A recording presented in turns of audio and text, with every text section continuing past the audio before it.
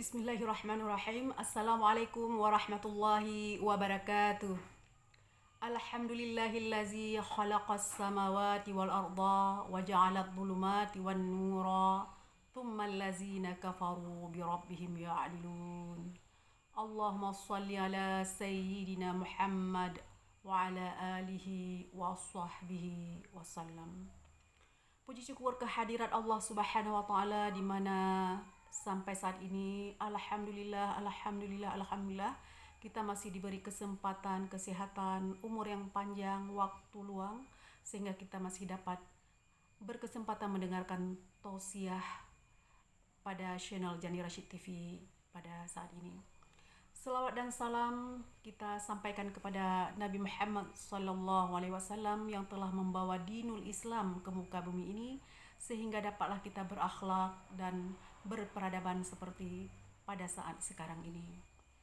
Yang saya hormati Bapak dan Ibu pendengar channel Jani Rashid TV sekalian, pada pertemuan kita kali ini insya Allah kita akan membahas tentang berbuat baik kepada kedua orang tua ataupun birrul walidain. Jadi topik kali ini itu merupakan pembahasan yang ada pada bab kedua dari kitab akhlak. Jadi kita kaji bab kedua dari kitab akhlak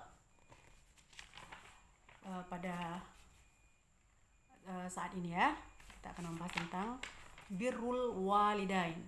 Jadi berbuat baik ataupun berbakti kepada orang tua ataupun kepada ibu dan bapak. Firman Allah dalam Al-Quran,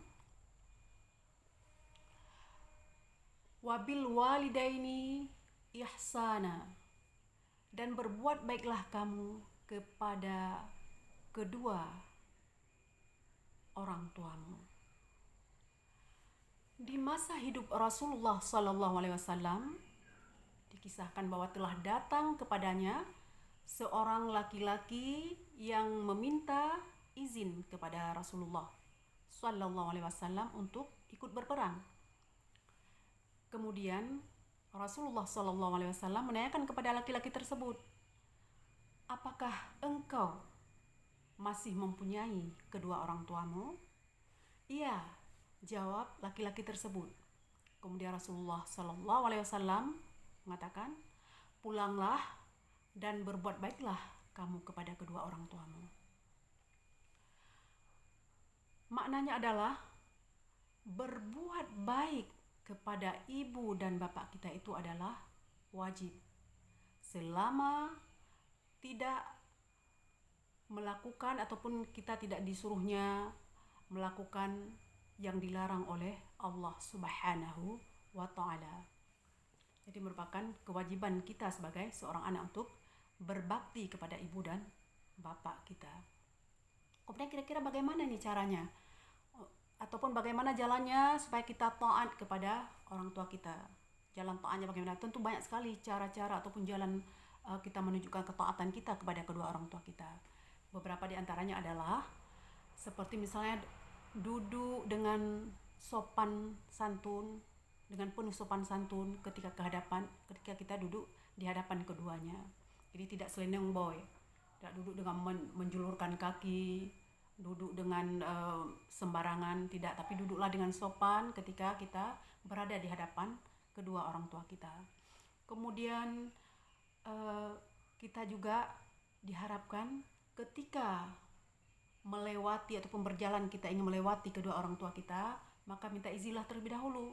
Jadi baik tajak ju taking tatigong urung si itu. Memang orang tua kita mungkin tidak akan mengatakan apa-apa. Mereka sangat memahami kita sebagai seorang anak, tapi tunjukkanlah sopan santun kita di hadapan orang tua kita. Minta izin terlebih dahulu. Kalau malah adat, kalau khususnya di Provinsi Aceh itu orang ketika melewati orang tua gitu ya, seorang anak melewati orang tua itu kadang-kadang sampai nunduk gitu, sambil jalan gitu ya di hadapan orang tua. Kemudian balaslah ataupun jawablah perkataan kedua orang tua kita itu dengan perkataan yang lemah lembut. Jawablah itu dengan baik, dengan penuh sopan santun, dengan lemah lembut. Ketika orang tua kita itu menanyakan sesuatu misalnya, maka jawablah dengan baik. Firman Allah dalam Al-Quran, wa qul lahuma qawlan kariman, dan bertuturlah engkau dengan kata-kata yang baik terhadap keduanya. Maka jangan sekali-sekali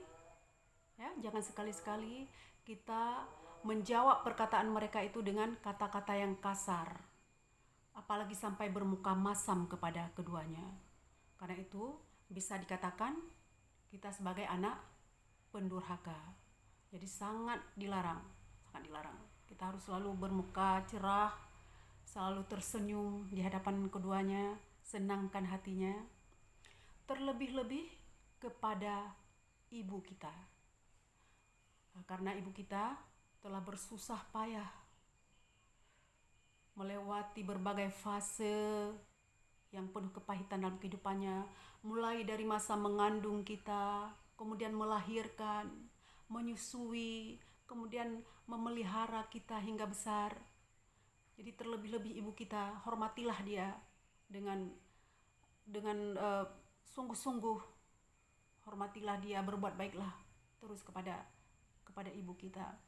Karena penderitaan, kesengsaraan, kepayahan dan perjuangan seorang ibu ketika melewati 3 fase tadi, mengandung, kemudian melahirkan, menyusui sampai memelihara kita tadi, itu adalah hanya Allah yang tahu bagaimana penderitaan dan kesusahan seorang ibu. Maka hormatilah ibu kita. Dalam sebuah syair, dalam syair Aceh itu ada, sering kita dengarkan, lepatat sakit poma mengandung dari belun pon hingga keluar. Oh lahe gata gewangan gecom geikat ayun gata gedoda.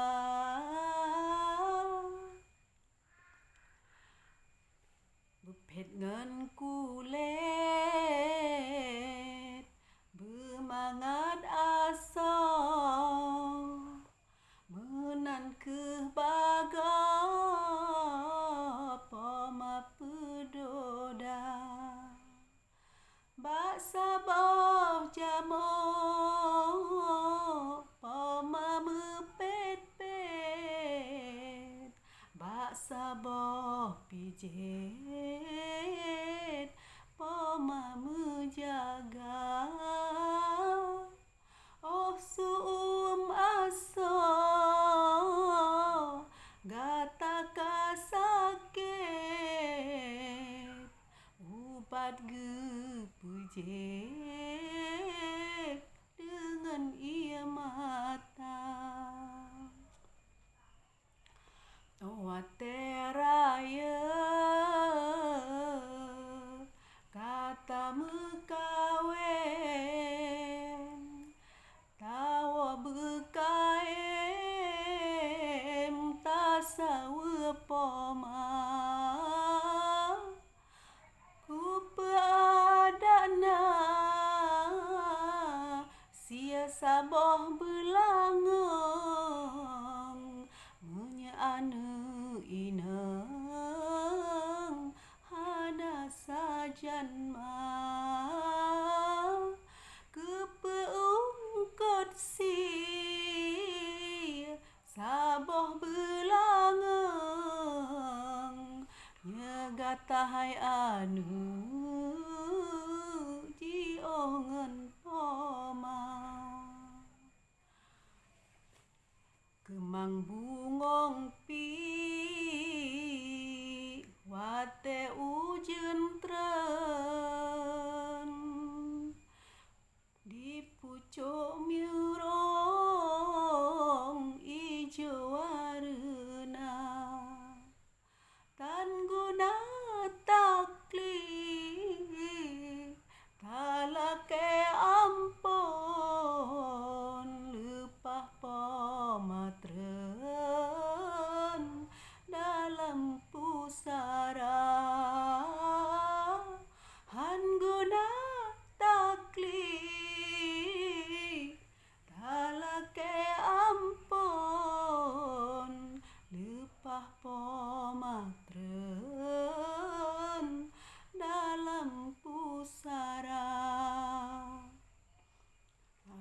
Jadi semasa hidupnya berbaktilah kepada ibu dan bapak kita. Berbuat baiklah senantiasa kepada keduanya. Sebagai makna ataupun sebagai wujud dari balas budi kita kepada keduanya, kepada kedua orang tua kita. Karena begitu susah payahnya masa-masa yang dilalui oleh kedua orang tua kita di masa kecil kita, terutama tadi ibu kita. Dan ingat, tidak ada orang di dunia ini yang menyayangi seorang anak itu tanpa batas, kecuali ibu kita. Dan tentu saja ayah kita. Dalam syair lain, pernah juga kita dengarkan, hai manusia, hormati ibumu yang melahirkan dan membesarkanmu. Darah dagingmu dari air susunya, jiwa ragamu dari kasih sayangnya. Bila kau patuh pada rajamu, lebih patuhlah pada ibumu. Jika kau sayang pada suami atau istrimu, lebih sayanglah pada ibumu. Tiada keramat yang ampuh di dunia selain dari doa ibumu jua. Lagi-lagi ingin saya sampaikan bahwa tiada orang yang menyayangi kita melebihi dari seorang ibu yang menyayangi dan mencintai anaknya itu tanpa batasnya. Firman Allah dalam Al-Quran, wawasainal insana biwalidayhi, wawasainal insana, dan kuperintahkan kepada manusia, biwalidayhi, untuk berbuat baik kepada kedua orang tuanya, kepada ibu bapaknya. Wa hamluhu ummuhu, dan ibumu telah mengandungmu, wahnan ala wahnin, dalam keadaan kepayahan yang bertambah-tambah. Jadi ibu ketika masa kehamilan itu lemah, payah, susah, tapi tetap menjalaninya itu dengan penuh kesenangan, dengan penuh kerelaan, dengan penuh sukacita, tidak pernah mengeluh. Kemudian apa firman Allah lain dalam Al-Quran terkait ini, terkait bakti kepada kedua orang tua? Wala taqul lahuma uffiw wala tanharhuma, wala taqul lahuma uffiw, janganlah engkau berkata kepada ibu bapakmu, wala tanharhuma, dan jangan pula engkau membentaknya. Jadi sangat dilarang oleh Allah Subhanahu wa taala berkata kasar, mencaci maki, apalagi sampai memukul orang tua kita. Apalagi seandainya kedua orang tua kita itu masih hidup dan di masa tuanya itu dalam pemeliharaan kita, maka senantiasalah berbuat baik kepada mereka. Selalulah berkata dengan baik, jangan pernah membentaknya.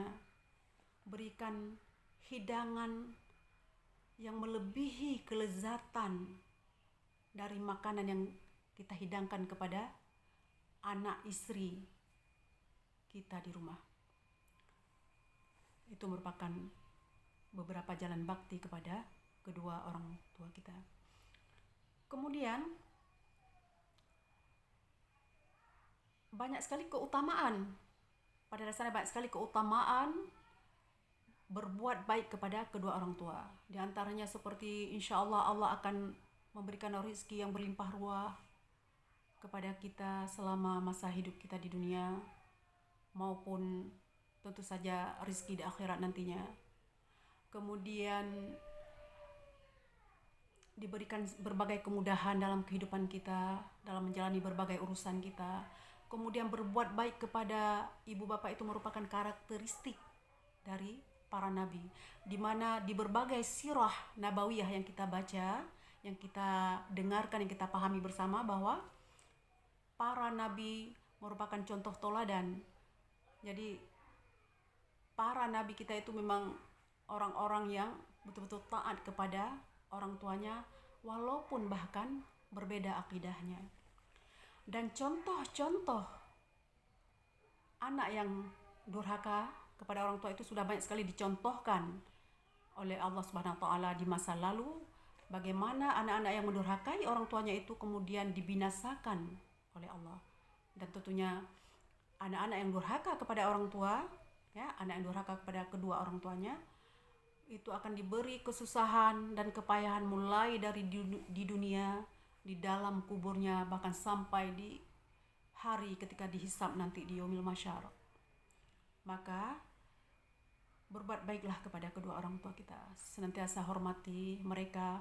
Kalau seandainya orang tua kita itu tinggal berjauhan dan kita, sering-seringlah menjenguknya, mengantarkan makanan, walaupun mereka tidak mengharapkan.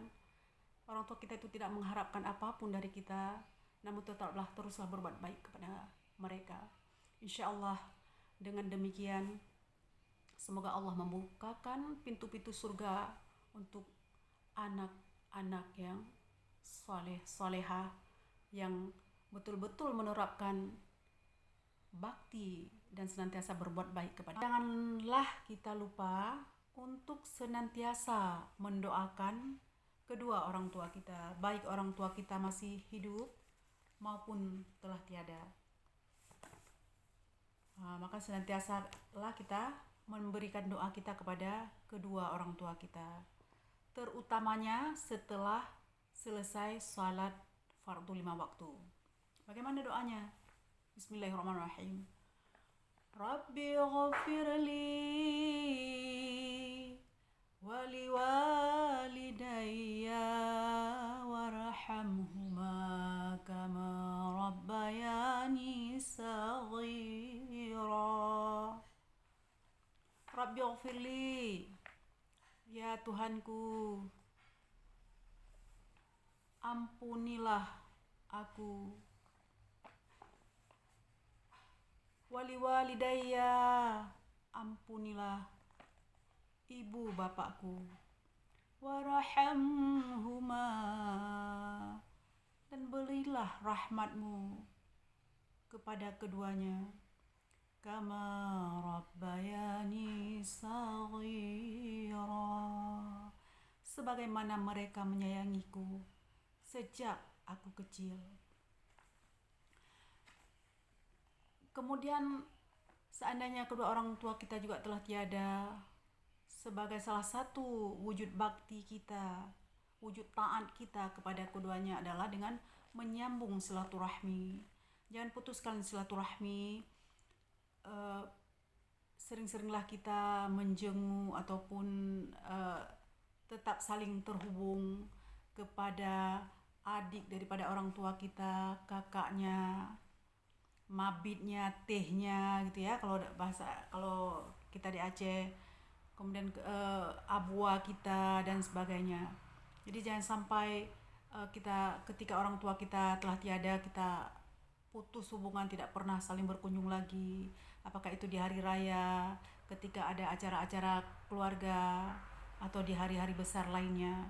Teruslah menyambung silaturahmi dengan mereka sebagai bentuk daripada taat kita, bakti kita kepada kedua orang tua kita. Semoga pembahasan kita akhlak bab 2 kita pada hari ini bermanfaat dan bisa kita terapkan dalam kehidupan kita sehari-hari. Saya akhiri dengan Assalamualaikum warahmatullahi wabarakatuh.